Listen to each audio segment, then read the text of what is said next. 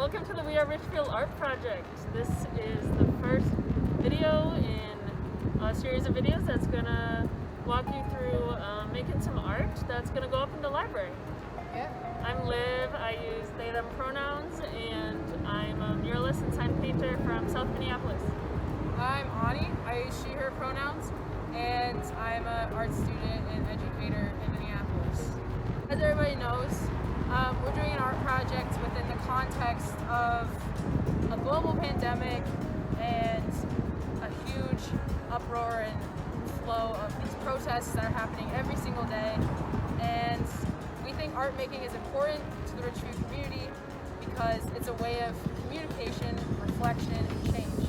And so change is something that happens internally and externally, so we want to express that through, an internal part of it is like, who are you?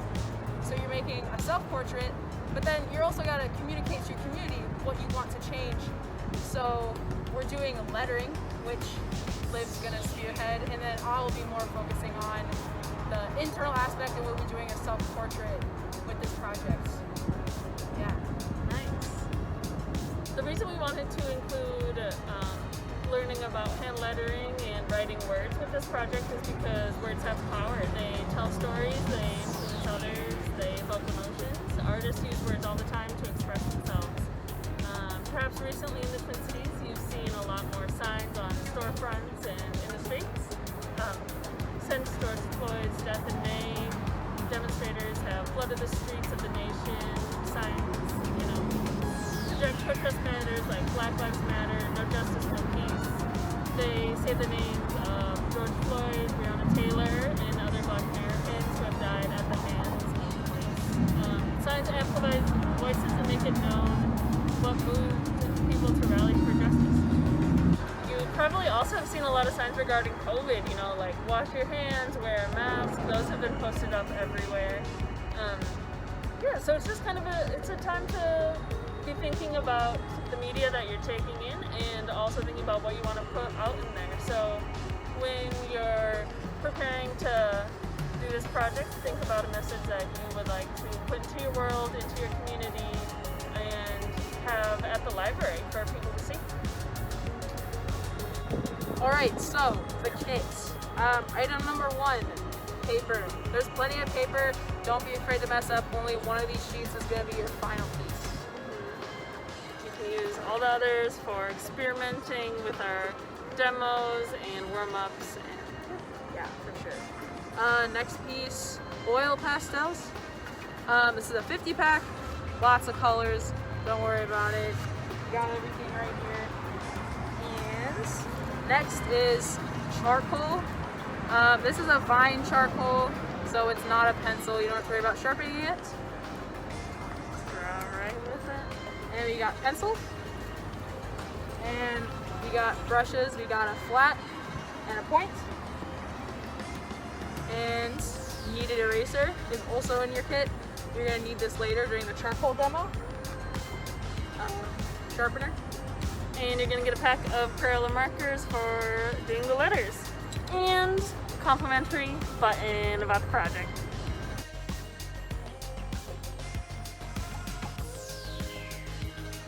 Welcome to the charcoal demo. So I want you to get one of your pieces of vine, break it in half, much. And we're going to start without toning our paper. So just take the side of it, rub it across. And toning your paper is really great because when you take out highlights in a face, it makes it pop a lot more and you'll get a lot more volume out of it. So grab a paper towel or something and blend it in.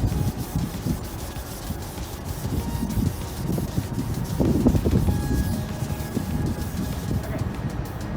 So you can start with, say someone has an oval shaped face, a more square face, and you can be stylistic with it if you like. Just go in. I'm gonna make up a face right now, but ideally you want to look in a mirror or have a photo reference that you're looking at, and just get out some basic shapes of what's going on with somebody. Figure out the proportions, where are their eyes? Where are their nose? Do they have, big cheekbones or something like that? What's their face look like? And once you're like, okay, here I got some basic shapes down, you want to take your kneaded eraser, soften it up a little bit by pulling on it.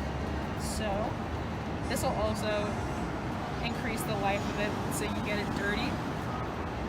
And our face is just a bunch of shapes and light will hit the shapes. So our nose, for example, has a bridge to it, so more than likely you'll have to take away here. And if light is coming this way, say the cheeks are like a circle, so you can take away here and such. And you can blend this out, right? And say you want less light here, as in like your photo reference or something. And do that.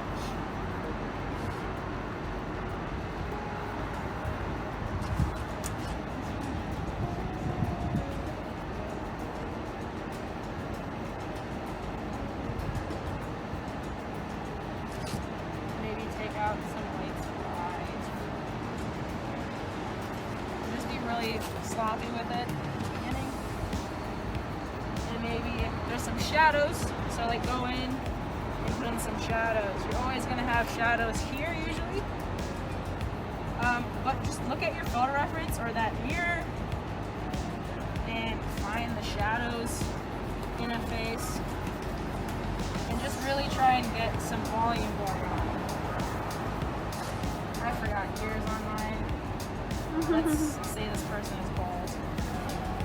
We'll give him a little bit of hair, but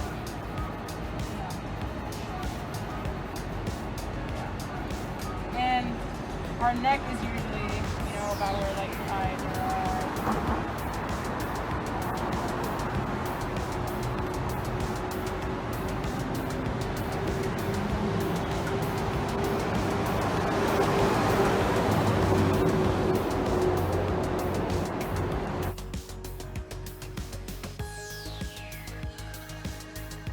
This is the demo video for the pack of Crayola markers. You're going to get a whole pack. This is just the red one that I'll be using with Crayola. The reason we're using these, even though they're kind of like a cheap or like a standard marker, they're actually great for doing calligraphy and hand lettering because they have kind of two ways you can use it. You can use just the tip here, or you can use the side where it's a lot thicker. I'll show you. So if you just draw the tip, get like a really nice thin line, and if you angle it and press it on the side, you get the thicker lines, right? So the way this works really well in hand lettering is you kind of use both within the same letter. So it's called an upstroke when you are writing your letters and you move your hand up. And it's called a downstroke when you're doing your letters and you move it down. So think of an N, right? It's like upstroke, downstroke, upstroke. And kind of how a classic calligraphy goes is you go lighter on the upstroke and thicker on the downstroke. So you can practice writing your name like that, and getting comfortable with the marker, kind of moving it around. I'll write my name here, kind of showing you what I mean.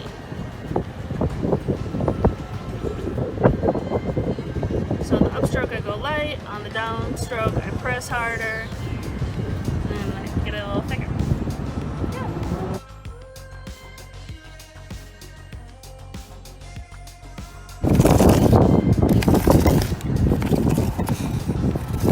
Demo video for oil pastels. If you've used these before, feel free to not watch this video, but I'm going to go through kind of what oil pastels are, how they feel to use on the paper, like the name, they're oil based, so they're kind of waxy. They kind of feel like a thicker, more colorful crayon. They kind of feel like paint too. They blend like paint. And so when you open the pack, it's going to look like this. It's conveniently going to be like like colors next to each other, like the rainbow. So if you leave it like that, then it's really convenient to look at, you know, what colors would blend nicely with each other. Yeah, so let's do some colors. I love them. So if you press really lightly with oil pastels, they almost kind of look like a chalk, right? You can even kind of rub your finger in there. You can rub a paper towel in there. The darker you press, the more solid the color gets, and less, you know, with the spaces in between it. Yeah, so I talked about what's next to it. So, you know, we could go lighter next to it on one end. That was on this side, and so then on this side we got a darker one coming in. And see how it kind of, when I go over with it, it just blends. You can also blend unlike colors in there. So we kind of have a lighter blue going. Sometimes it's a nice transition to get a white in the middle. And then I can change that white into, oh, now we're going into yellow. Kind of just like a sky, running out of room. Go over the white a little bit. Or here's another thing I like to do. Let's use two totally different colors. We got purple and what other we can do kind of like this peachy. You can get them pretty close to each other, and then sometimes I like to take a white and go over the middle of them both. And it kind of softens it. It can blend them into each other really nice. White's kind of like a neutral. Gets a little dirty, you know, you can wipe it off. And you got two whites, so that's probably why they gave you two whites. One for blending. We can talk about face proportions in this video. So I'm just gonna like kind of go wild with the color. It's not gonna be a human color, but you know, that's all the fun of having any color. Let's actually start with the nose. I like to start with the nose because it's the center of your face. It protrudes out of your face the most. And there's lots of different nose shapes, but basically there's like the bulb of your nose and like two other circles that like make up your nostrils. And this comes up, and if we're imagining our face shape here, our eyes are just above halfway. So your eyes sit, you know, just above halfway. And down from the center of your eyes should be the edges of your lips. Oh, I'm doing this also. But it would look something like this. But yeah. And eyebrows above eyes, obviously. And our ears, depending on like the angle of which you're looking at a face, are somewhere around, you know, the halfway line, maybe a little bit below. And then a hairline will come somewhere like here. And also a thing to remember is that the space between your eyes should also be the length of an eye. So like the shape of an eye should fit between eyes. Yeah, and everyone's face is gonna look different proportionally, obviously, but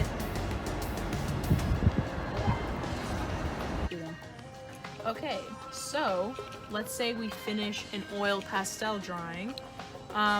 There's a technique that's usually used afterwards called the scratch technique, and that's where you take an object that's not for drawing, but like something like keys, or you could use something on like a pocket knife, but you can use whatever you want, and you scratch into, it'll scratch into the paper, and it shows the layers underneath your top layer, and this will just show the paper underneath, so you can scratch into your drawing and you can make fun shapes and stuff.